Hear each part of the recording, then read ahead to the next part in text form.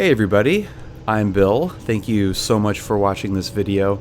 This is going to be a little bit different than the normal videos that I post. Julia and I are on our way back from a overnight trip that we did and didn't have any of the normal cameras set up on the plane, but I did want to try out something new with the Insta360 One X2, and it turned out pretty cool. There's going to be a link in the description, and if YouTube still does those little cards, for a second version of this same video that is in 360 where you can actually control what you're looking at. This version is one that I actually set the camera angles throughout this approach and landing at John Wayne. It's a new type of viewpoint of landing at John Wayne that I wanted to share. It's such a unique airport to land at as a general aviation plane, and just wanted to highlight a couple of things that are actually pretty typical about this approach and landing. Right now we're inbound from Huntington Beach Pier, me, Julia, and my amazing hairdo. And anytime we're coming in from John Wayne from the west or northwest, you're going to most likely get the following instruction. Cross over the control tower at or above 1,300 feet, enter left downwind, runway 20 left. So right now we are, again, approaching from the west. You can see the airport right there. I'm kind of aiming a little bit to the north to hit that control tower. When you're coming in from the Huntington Beach Pier, you're kind of a beam the departure into the runway. So I just basically draw a line straight to where I know the tower is, and now you can see I'm kind of turning a little bit now to the right to go over the control tower. They're not super picky with that, but when they say cross over the control tower, I try to make that as exact as I can. Right now it looks like I am descending through 1,700. Nice slow descent, about 400 feet per minute. Just there's no rush to get down there, but the pattern altitude for the left runway is actually 850 MSL. So at 1,300 feet, we're a good amount above the pattern altitude for that side. So I actually get configured a little bit early for this approach, just to make sure that I am able to get the plane configured and ready in the amount of time that I want, being that much higher.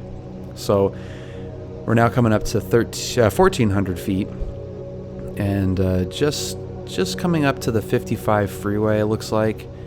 Yeah, we're crossing over the 55 freeway now.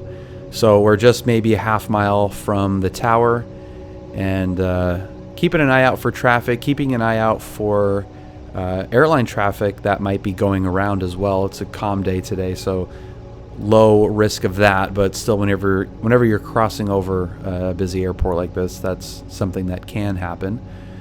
So right now we're just crossing over the control tower, so I'm able to descend. Once we've hit the control tower, I'm descending into the pattern for the right side or left side. First notch of flaps. This is kind of just like a little bit before a beam the numbers if you were to make this a normal pattern. So we're not quite midfield. You can see out the window there. Also, keeping an eye out for traffic coming from the east feeder route from Signal Peak.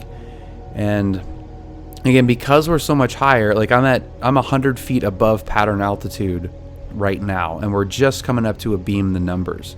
So still pretty high from the normal pattern, but really easy to manage that energy. We've got plenty of time, plenty of space, and you can see here that I do keep this base turn pretty tight, especially when you compare it to some of the other patterns that seem to be flown at John Wayne. But anything that's at the freeway or just a little bit past the freeway is perfectly comfortable and keeps me with a lot more options with, if there's any engine issue, I can still make the airport versus extending out too far.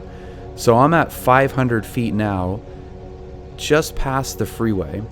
And the big thing I'm looking at right now is one, a 737 just landed, and two, there's an I think it was an A320 or A319 in between the runways. So I've been warned to caution wake turbulence for that landing traffic and jet blast for the traffic in between the parallel runways. This happens all the time. So I actually keep it pretty high. I'm at 200 feet here, so about 150 foot AGL, and I'm just gonna pass over that tail of that Airbus and then go full slip. So I am full right rudder, and just drop it in.